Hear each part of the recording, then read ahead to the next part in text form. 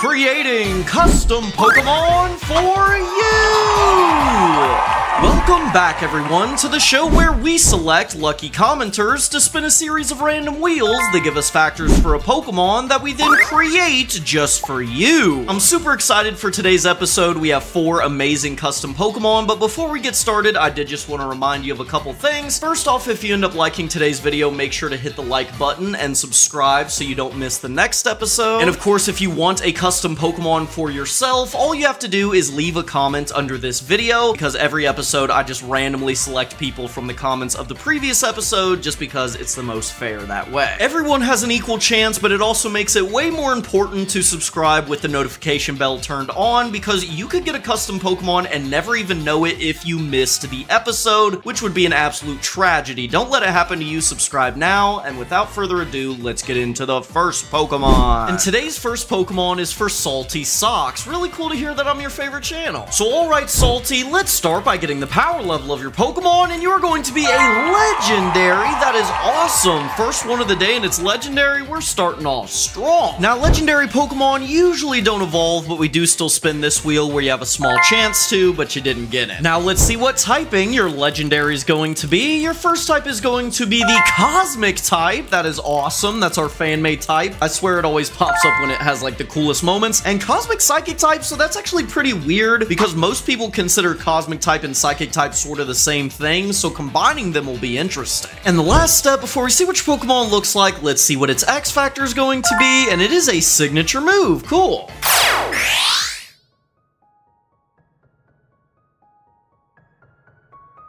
Blank space, and I, its painter, born from nothing, nothingness, but created all, inventor of the stars, holder of the light, keeper of the balance.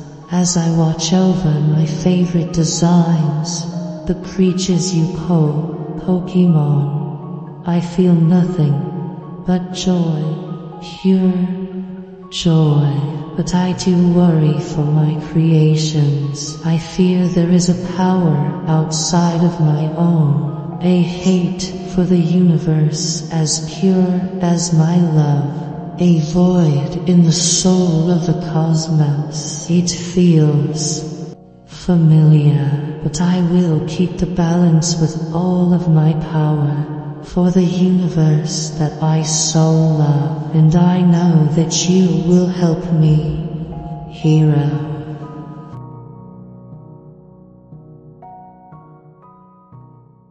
Okay, that was pretty crazy. Let me break down what we just saw, starting with your Pokemon whose name is Utopios. And if you couldn't tell from that little intro movie thing, this Pokemon is pretty important. Not only is it incredibly powerful, but it'll also play a major role in the story of our fan-made game. A story that hopefully you're starting to piece together a little bit. But getting back to Utopios, it is known as the Designer of the Universe Pokemon. An incredibly powerful title that also comes with an incredibly powerful signature move called Deconstruct. Not only does this move deal an incredible 100 Cosmic type damage, it also rips the opponent's elemental energy from their physical form, leaving them typeless. But using a move this powerful does require Utopios to recharge for 1 turn. And that's gonna do it for today's first Pokemon. Obviously this one is insane. It was a ton of fun to make, and I think the design turned out great. For the shiny, I went with this blue color because it reminded me of cosmic energy, which is kind of the whole point of the Pokemon. And while I would like to go in a little more on the story that I have planned for this thing, I think it's more interesting to tell it slowly over the episodes and these little snippets. I find that more interesting, so I'm just going to continue to do that.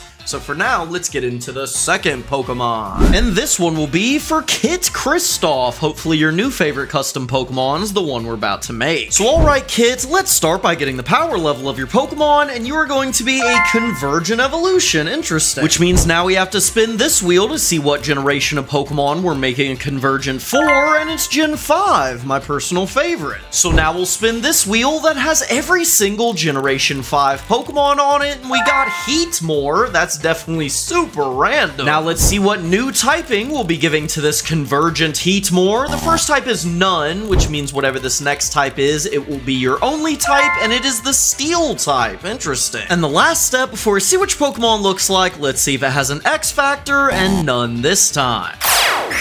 In Generation 5, Heatmore and another Pokemon named Durant have the definition of a predator-prey relationship. All you have to do is read the Pokedex entries to see that. But what would happen if these two Pokemon worked together instead? Your Pokemon is Heatwar, and it does exactly that. Because Heatwar and Durant actually hunt together in a very interesting way. You see, Heatwar has the unique ability to build up large amounts of pressure in its mouth, a property that it can utilize in battle by eating sharp rocks and then shooting them back out of its mouth at high speeds. However, Heatwar can also utilize Durant as a more effective ammunition, making for one of the strangest but undeniably effective relationships in the entire Pokemon universe. And that's gonna do it for today's second Pokemon. This one is a super wacky idea, but I was really surprised how well it turned out. It's just such a crazy idea, like what if Heatmore didn't eat Durants and shot them out instead? That is crazy, but again, I think it worked out amazing. This one was drawn by Moo Moo Milk on Instagram, so make sure to go check them out. They will be in the description. And for the shiny, we went with the standard, make it look like the original color palette that a lot of the real Pokemon shinies do, and that turned out really cool as well. But now let's get into the third Pokemon. And this one will be for Rage Mode. As far as Cosmic types interactions with the other types, I've thought about making a whole video about it, so let me know in the comments if you'd want to see that. But anyway, Rage, let's start by getting the power level of your Pokemon, and you are going to be regular. Nothing wrong with that. Now let's see how many times your Pokemon can evolve, and you are going to get 2, which makes you a full 3-stage evolution line. Now let's see what typing your Pokemon's going to be. Your first type is going to be the Ice type. That is one of my favorite types, but I will say we are getting it quite a bit. And you are Ice Electric type. That is super unique typing. There's only like a couple Pokemon with that type. And the last step before we see what your Pokemon looks like, let's see if it has an X Factor, and again, none this time.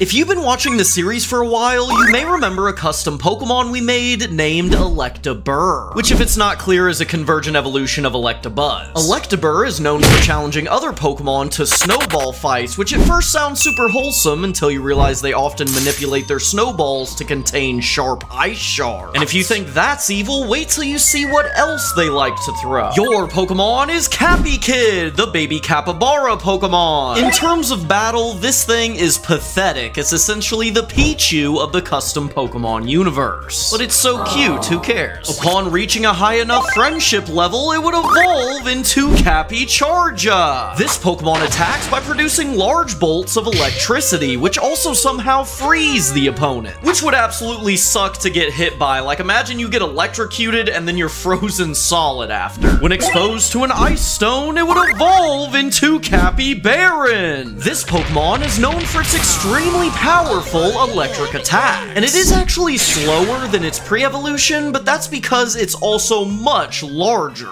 And that's gonna do it for today's third Pokemon. This one's super exciting because I believe it will end up being the official Pikachu clone for our custom game, which is pretty cool because every game has one, and now we have ours. Things are starting to feel a bit more official. This one was drawn by The Paneo on Instagram, so make sure to go check them out. And for the shiny, we went with this cool red electricity color that I think turned out amazing. But now let's get into the Patreon Pokemon. If you didn't know, I recently started a Patreon to help support the series as well as the increase of artists that we've been commissioning for it. And as a way to say thank you to the people who become members, we put their names on this wheel, which we're spinning at the end of every episode to see who gets the last Pokemon. And if you want to become a member yourself, in the description there is a link to my Patreon, but without further ado, let's spin the wheel to see who will be receiving the Patreon Pokemon, and it is Val, Lord of Frenzied Flame. That's a pretty awesome name, and hopefully it's an awesome Pokemon as well. So alright Val, let's start by getting the power level of your Pokemon, and you are going to be regular again. Now let's see how many times your Pokemon can evolve, and you're going to get the split evolution. That is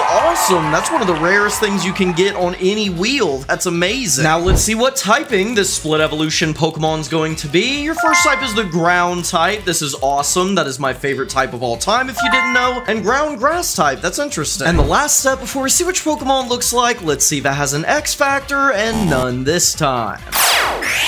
In the muddiest areas of the Pokemon world, there lives a creature that's quite strange. Your Pokemon is Ugling, the ugly duckling Pokemon. These Pokemon are often made fun of by passing ducklets due to their less than stellar appearance and their inability to fly. But they won't be laughing long, because at level 30, if Ugling has high friendship, it'll evolve into Blosswan. As one of the most stunning and sought after Pokemon in the entire world, this Pokemon makes its previous bullies look very stupid. However, if Ugling reaches level 30 with low friendship, it'll evolve into Repulswan. Instead of having a major glow up, this Pokemon stayed spiteful and stayed ugly. But hey, that's your fault. You didn't take good care of it. And that's gonna do it for today's fourth Pokemon. If you couldn't tell, this one was based off the story of the ugly duckling, which I thought was a cool backstory, especially for a split evolution, because we have one like take the traditional path of the story where it has a glow up into a beautiful swan, and then one path where it just doesn't at all and it's still ugly. And this crazy idea was brought to life by Devesa Art on Instagram, and here are the shinies. That's gonna do it for today's episode, y'all. Thank you so much for watching. Before you go, make sure to hit the like button and subscribe so you don't miss the next episode, and if you want a custom Pokemon, make sure to leave a comment, or check out the Patreon, link in the description if you want an even better chance of getting one. Either way, I'll see you in the next episode, but until then, peace.